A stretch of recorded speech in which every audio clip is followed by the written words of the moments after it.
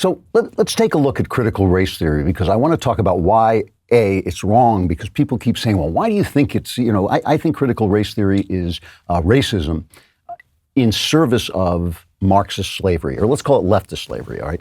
And people keep saying, why do you think that? Why did you define your terms and all this stuff? So let's do that. Let's take a look at why I think it's an act of pride and an act of seizing the role of the storyteller rather than seeing the world through the love of the storyteller and being the character in the story. So one of the things that's hilarious about this to me is all these parents are rising up and saying, you can't teach this in our school. And the left is caught. It's like mom came home. These moms are coming in and it's like, what is going on here? We're teaching black history. That doesn't sound like black history to me. Go to your room. It's like they've just gotten caught and they have to silence everybody, because when you do wrong, you are shamed. And when you get caught, you have to either silence the people who point it out or you have to lie about what you're doing. And they're doing all of those things because CRT is race hatred in the service of Marxist slavery. So let's just take a look at what they're doing. All around the country, these parents are rising up and they're shutting them down. They're trying to shut them down. They're trying to make them silent. In Loudoun County, Virginia, this is a school board meeting, right? These are people that have been voted in to take care of your children in school. And here are parents who show up to protest. And as somebody was making a speech about this, attacking critical race theory, the crowd, I think it was former Virginia State Senator Dick Black was talking, and the crowd went wild and was singing and, chanting and all this stuff. So he called the police and had some of the parents arrested and clear out the room of a school board meeting. These are your children. We take care of them. You're just the parents. You have no right to this. Take a look at this. Disgusted by your bigotry and your depravity. It's time to replace.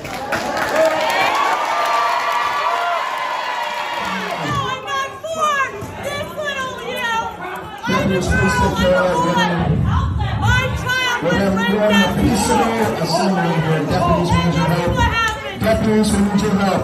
This is a peaceful assembly and she's disrupting it.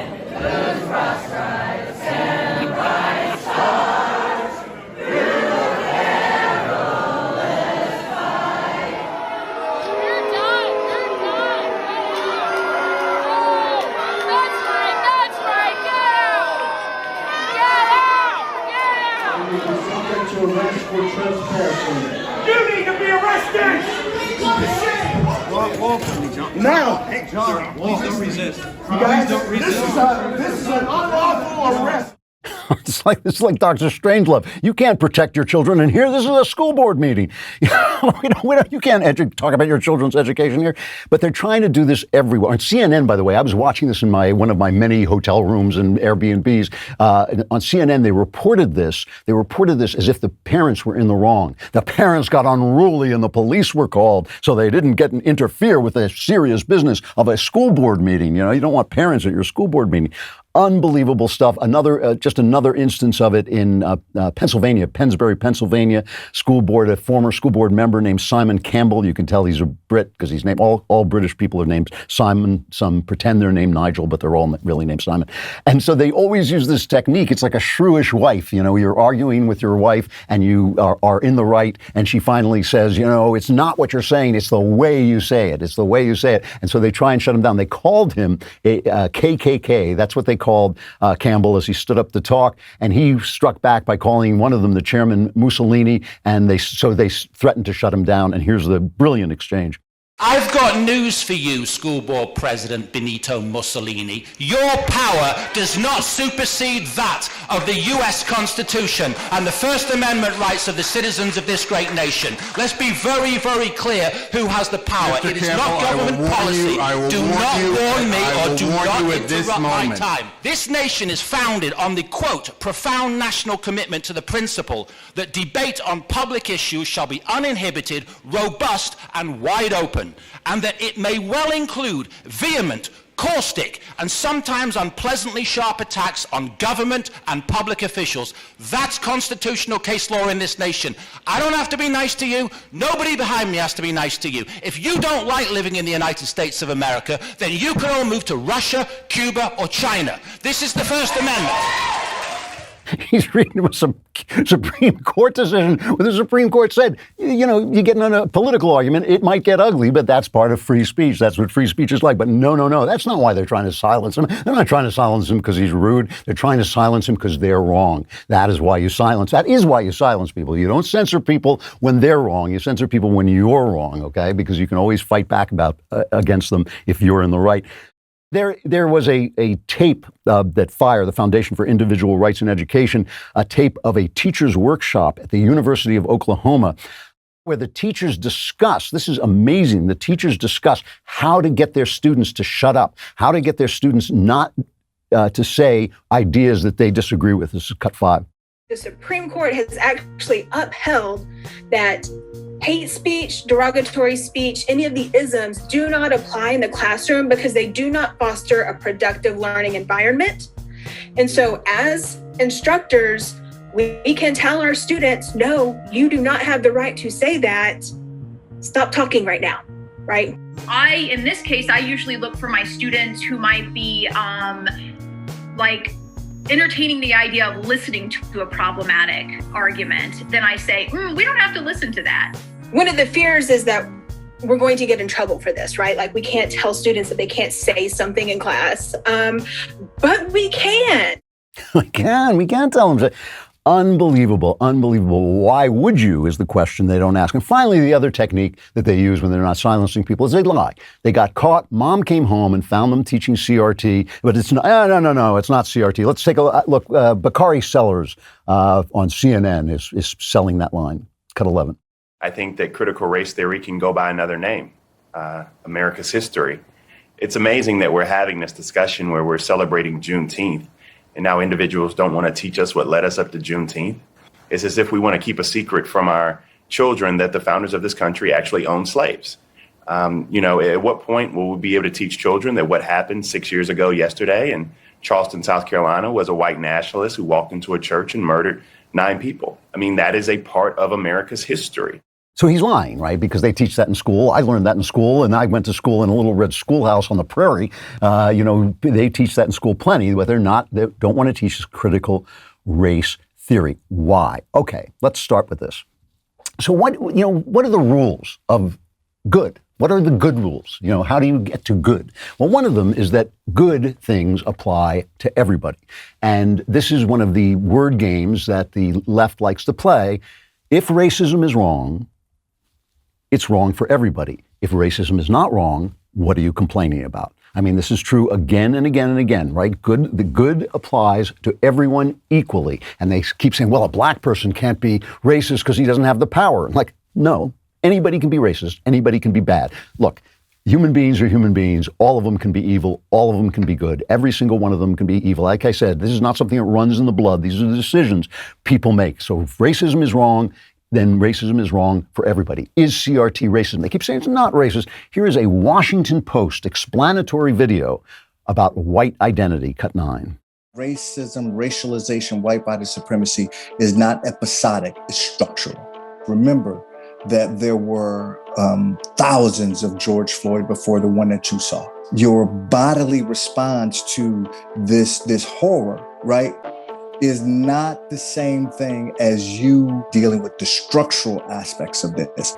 George Floyd's death became a deeply personal and racial tragedy for many Americans. For the first time, white people were becoming aware of their whiteness and the systemic ways that white supremacy affects all of us. White people in particular get aroused, get upset, say this is unjust, this isn't right, this shouldn't happen. There's like an awakening that happens. And so part of their racial identity development is seeing that awakening. What they do with it is really the next piece of it. In this episode, we're tackling white racial identity and why understanding your whiteness is integral to becoming self-aware as a white person. That's racism. All you got to do is play what Cheryl Atkinson calls the opposite game and just put black in there. If you would only understand your blackness, you would see what was wrong. If you only understood how black you are, obviously this is ugly, hateful stuff. If it's wrong for a white person to be racist, and it is, then it's wrong for a black person to be racist. And there is plenty, as any black person will tell you, there's plenty of anti-white racism in the black community, and it's just as wrong as anti-black racism in the white community. But the other part of it is why do I say that race hatred, and it's all over the place with this stuff. Anytime you hear somebody say whiteness or blackness as if it were a human trait, an essential human trait, or even an ingrained human trait that can't be overcome by a good heart, just the way when you say women have biological needs and men have biological needs, those two can be overcome by the human heart. You're being essentialist and racist. But why do I say it's in favor of Marxists? Well, that comes because of this systemic idea that it is a system, it is a structure. The structure has to be changed. And who changes the structure? The government changes the structure. It takes power to change the structure. And they keep talking about power as if they don't have any. But of course, all the corporations agree with them, and all the businesses, all the academies and the government, they all agree with them. They have plenty of power. It has nothing to do with that. So let's see what they want to do. How do they want to solve this structural problem? Here's Ibram Kendi, who is a guy who says that CRT is central to his methodology. Here's him talking about the anti-racist amendment he wants to the U.S. Constitution. This is cut 34. When we think about our democracy and one of the reasons why it's fractured and one of the reasons why it's always been fractured has been because of racism. And so in order to truly eliminate racial inequities, we have to eliminate racist policies. We have to constitutionalize the idea that a racial inequity is caused by a racist policy. We have to prevent public officials from dividing Americans through racist ideas.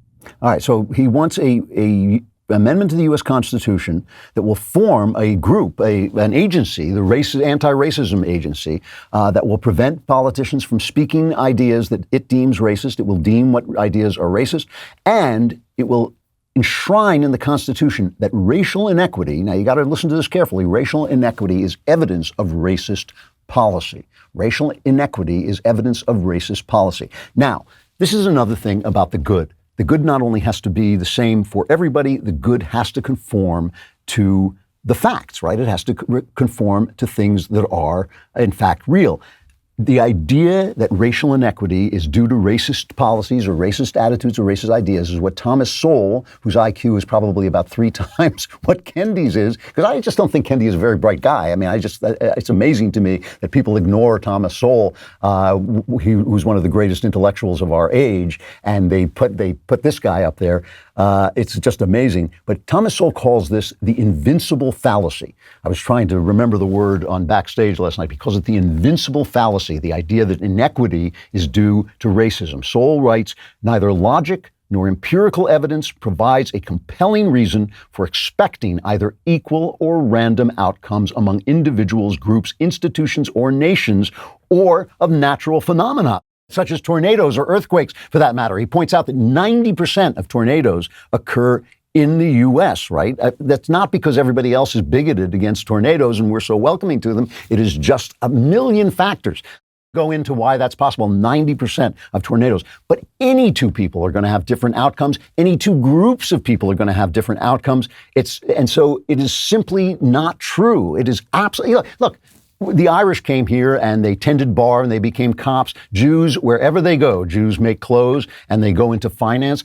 You know, who knows why that is? I think there are a million things that go into that, but one of them is not necessarily racism. It might be culture, it might be history, it might be 1,000 things go into it, but it doesn't necessarily have to be racism, and it's always going to be unequal.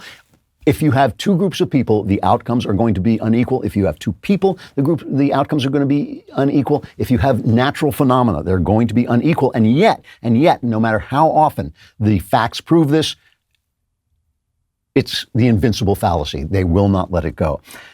Finally, in developing good ideas that serve the good, you have to distinguish not only facts from non-facts. There's Ibram Kendi, his facts are simply wrong, but you have to distinguish reality from non-reality. What I mean by that is the way things work. You have to actually talk about the way things work. Why does leftism lead to slavery? Why do I keep saying leftist slavery or Marxist slavery? If they keep saying we just want fairness, we just want fairness. But because unfairness is the state of the world, because people will be unequal, no matter where they are, no matter who they are, and groups of people will be unequal, no matter who they are, no matter what their conditions, right?